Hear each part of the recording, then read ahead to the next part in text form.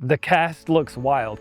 We've got a Marvel movie producer, a rock star with a PhD, a literal rocket scientist, and a 25-year-old who calls himself Riz God, Riz God, baby. But check this out. There are 4 players from this season who are alternates from previous seasons, and 2 of which were kicked off the island before filming even began. If you want the breakdown on that, I made a whole other video about it. I'll link it down in the description and throw it up on screen at the end of this video. All right, time to turn up the heat. This is Chasing Fire.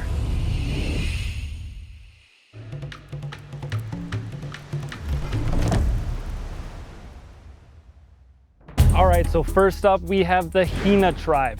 Starting off, we have Jason Treul, and I call him the Scrappy Gamer. Jason wasn't even supposed to be on this season. This dude literally got the call the day before. He's a huge gamer, and his biggest inspiration was actually Kenny from Gabon. And he's already rocking the underdog vibe hard. I've got my eye on this guy. He's scrappy and 100% adaptable. I mean, this guy went from pouring acid in vats to landing a job at Google and now chasing law school. He knows how to adapt, and if the tribe doesn't vote him out early, he's got that kind of story that can snowball deep into the game and allow him to win this whole thing. Right now. And I think that in Survivor, you're going to be put in a lot of different scary situations. And because I'm scared all the time, I live in fear, all I can do is like muscle my way out. Next up, we have Kristina Mills, and I like to call her the Survivor Mom. Kristina's story hits hard. She went through postpartum depression and lost her mom. And Survivor became the thing that gave her hope. And now she's here trying to pay it forward. She calls herself a social nerd, and honestly, that's one of the most dangerous archetypes in Survivor. Plus, she's a mom of Irish twins, which means she knows how to keep people entertained when everybody's tired, hungry, and cranky. But she does wear her emotions on her face, and that can ruin your game faster than my kids lose interest in a brand new toy. But if she locks down, I think Kristina could be a pretty solid player. My husband is very supportive of me being out here. He was like, do what you need to do. But he told me, do not come back without the money. Next up, we have Matt Williams, and I like to call him the Trojan horse. Matt's the oldest guy out there at 52, and I swear he's just a vibe and looks like super happy to be living the dream. He ditched his finance career years ago and now works as a ramp agent at an airport. To me, he has that cool uncle energy, right? Like, he's self-aware too. He knows people will underestimate him and he's leaning into it. So his plan is basically to play small, let others think they're in control, and then hit the gas when it matters most, right? My only worry is that he might be too loyal. But if he can actually cut ties when it's time, Matt might just be that Trojan horse who sneaks his way to the end.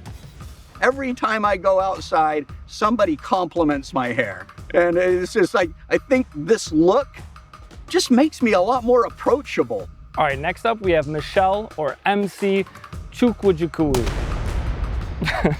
So this is cool. She's a 6-month Superfan. She's one of the wildest casting stories this season. She watched her very first Survivor episode 6 months ago. She got hooked, binged a bunch of seasons, and now she's standing on that beach. That's insane and honestly a huge inspiration to me since, I'm chasing my own shot at being on Survivor. She's a fitness trainer, super competitive, high energy, and honestly just goofy and fun. And with her sales background, she might be able to talk her way through just about anything. The only danger is she's gonna look like a threat fast. Too social, too physical, too likable. But if she can tone it down just enough, I think she can run this game. I put people off at first. They think I'm gonna be like a mean girl or standoffish. I feel like I need to remember to smile so I don't have RBF. Next up, we have Sophie Segreti, and I call her the Toolbox alternate. So Sophie was one of the alternates in previous seasons, and you can feel that fire in her. She's coming in with a stacked toolkit, real athletic skills, strategy from her 9-to-5 job, and the social game to actually pull people together. She describes herself as super handy and also a lifelong fan, and that can sometimes be a curse if you come in too hot. Her best move is to lean into her natural ability to connect people instead of trying to out-strategize them. Pink and orange. I couldn't pick, so I was like, why not both? If these go far, then I'm giving everybody my manicurist's name. Next up, this guy is one of my favorites, Stephen Ramm. And I call him the rocket scientist because that's literally what he is. And he also plays in a band, which already makes him stand out. But here's the kicker. He grew up with undiagnosed hearing loss, which forced him to become an incredible listener. That might be his secret weapon in this game. He's got a solid sense of humor that people love, and he's clearly smart enough to play the strategy side. My only worry is his brain doesn't turn off, and overthinking is a killer in Survivor. If he keeps it simple, honestly, I think Steven could sneak deep into this game before anyone realizes he's a threat. Survivor is like a deep space exploration mission, except instead of a bunch of highly trained astronauts, you have 18 rascals that are conspiring to jettison each other outside of the airlock. Quick question, which castaway are you rooting for? Drop it down in the comments. And if you believe I'll make it on Survivor one day, do me a favor and bonk that like button and subscribe. I'd love for you to join me on this journey. And hey, welcome to the tribe. My name is Aaron Rodgers. No, not the football player. And this channel is my obsession, my passion, and basically my loyalty to Survivor. But it's not just about me watching from the couch. This channel also represents my own preparation for being out there myself. Because one day, I will be on that beach. So alongside weekly recaps and deep dives into strategy, you'll see my own challenges, survival prep, and the journey of really just turning this dream into reality. So if you're as obsessed with Survivor as I am, you're in the right place. All right, next up, we have the Kele Tribe. Alex Moore, the politician. Alex is straight out of DC, working as one of the youngest comm directors in Congress history, which basically means this guy is a professional at controlling information. And in Survivor, that's everything. And he says gossip is his weapon. And if he can use that without looking like the tribe snitch, he could dominate this season. He comes across friendly and laid back, but Alex is playing chess while everyone else is still setting up the board. I'm in the dirt right now. You know, my feet are messy. I'm not used to this. I wear a suit to work every day. How much better could it get than this? Next up, Kimberly Annie Davis, and I call her the Rockstar CEO. She's a CEO, a rock star, and a triathlete. She's just an absolute wrecking ball of a human being, really. She's been through hell. She was running a company during the pandemic, making brutal calls, and still came out smiling. This girl's got no fears, and she's super spontaneous, which makes her really fun, but also unpredictable. I'm thinking her energy could overwhelm people if she's not careful. I have a necklace that says boss on it that I wear every day, and I had to leave that at home. Next up, Jake Latimer, and I call him the family man.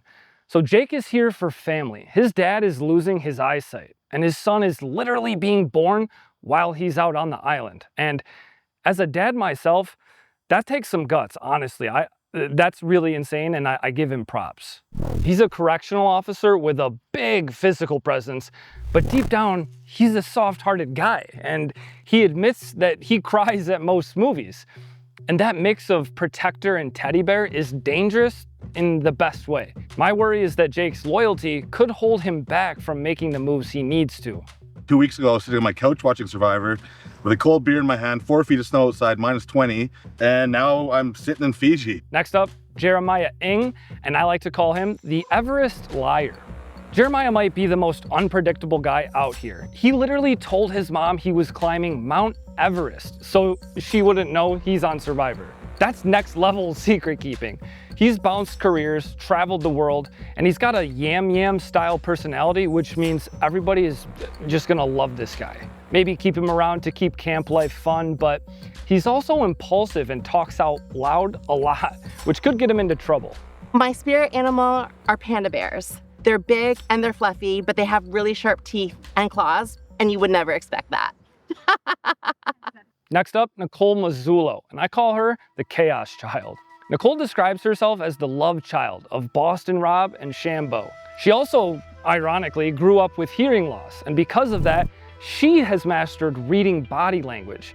And in this game, that's gold. She's funny, smart, and not afraid to call out lies right to people's faces. That makes her entertaining, but also risky because being too bold too early can get that torch snuffed. There's like a lot of straight people here. So I think like adjusting to like being around a man with a six-pack is a lot for me. Next up, Sophie Balerdi, and I call her the legacy player. Sophie is playing in honor of her grandma, who literally learned English by watching Survivor. That's a legacy story, and it's powerful. She's 27, she owns 3 businesses, and she's scrappy as hell. But the thing that makes her stand out is her ability to connect emotionally while keeping her game brain detached. She wants to be the person people cry to at night and then cut them when the time is right. If she can really pull that off, Sophie could have that story that wins every vote at Final Tribal Council. The first thing I want to do is have a dominating alliance. And I'm going to start by picking the biggest guy or the biggest girl in my group and having them be my meat shield. Last tribe we have, the Uli Tribe. Starting off with Jawan Pitts, who I like to call the little brother. Jawan's a video editor who moved to LA with just $4 grand to his name, chasing that dream. And honestly, that tells you everything you need to know. He's a risk taker. He's the oldest of 5 siblings, but out here, he wants to be the little brother that everyone, takes under their wing. But he's also smart, social, and strategic, and he's openly inspired by Jesse Lopez, which means he wants to charm you and then cut you when you least expect it. I'm sorry, I'm sweating so much. This is day 0 and I smell horrible. Next up, and he's one of my favorites, Nate Moore, and I call him the Marvel producer. Nate might have the biggest resume of anyone out here. He's a film producer who has worked on all of the Marvel Cinematic Universe movies for over a decade. But he wants to play old school, keep it grounded, build trust, and make simple plans that actually work. He's funny, sarcastic, and easy to like, which could make him feel non-threatening. I actually learned how to swim because I knew if one day I'd got on Survivor, I didn't want to be the black guy who couldn't swim. Next up, the one and only Riz God Velovic. The self-proclaimed Riz God. Rizo is here to make history. He's the first player of Albanian descent, and he's dead set on becoming one of the all-time greats. Growing up, he basically raised his younger brother while his parents worked multiple jobs. And now he's channeling that drive into Survivor. He's pretty confident and won't let you forget he's the one and only Riz God. But to all my friends and family, I like to go by the man, the myth, the legend, R-I-Z-G-O-D, Riz God, baby. Next up, we have Shannon Fairweather, and I call her the Vibe Queen. Shannon just feels like she's all about the vibes. She runs a women's spiritual community called Her Vibe and is pretty rooted in her faith, and she even got advice before the season from Boston Rob. And from an AI she programmed to talk like Jesus. That's interesting. Shannon's energy is big, authentic, and magnetic, which people are going to love early, but if her vibe tips into it too much, it could be overwhelming. I'm like this hippie, spiritual, love the energy of the moon, love the energy of the earth. I'm also a Virgo, if that means anything to anyone. Next up, we have Sage Ahrens-Nichols, and I call her the persistent vet. Sage is one of those players you won't forget. She's an Army vet, a clinical social worker, and she almost played back in season 47 as an alternate. She's upbeat, quirky, and totally comfortable with people underestimating her. She says she's annoyingly persistent, and persistence is exactly what wins Survivor. One of the ways I think people would consider me wacky is the fact that I collect pimples in a jar, very specifically blackheads. Next up, Savannah Louie, and I call her the information broker. She's a former news anchor turned marketing specialist, and she's got a scary good Survivor kit. She spent years in journalism, taught herself how to listen, earn people's trust, and get the information she needs. She's adventurous, competitive, and wants to play like Kim and Dee, which means a balanced social and physical game with a killer instinct at the end. I know that I probably come across as someone who doesn't like the outdoors, who doesn't like to get dirty, but honestly, for $1 million, I've done a hell of a lot worse for a hell of a lot less. Let's talk about some new season format changes and twists. So this game itself is evolving too, right? Episodes are now 90 minutes, which gives us more insight into strategy and camp life than previous seasons. Plus, this season was filmed during one of Fiji's most brutal summers, with heat so intense that Jeff Probst said that players should expect a smack in the face from the intense heat. And the biggest twist? 2 of these players will be pulled straight from Survivor 49 and into Survivor 50. Nobody knows who, but damn, the stakes are higher than ever. This season promises heat, chaos, and history in the making. But here's the thing, I'm not just here to talk about Survivor. I'm here to chase it.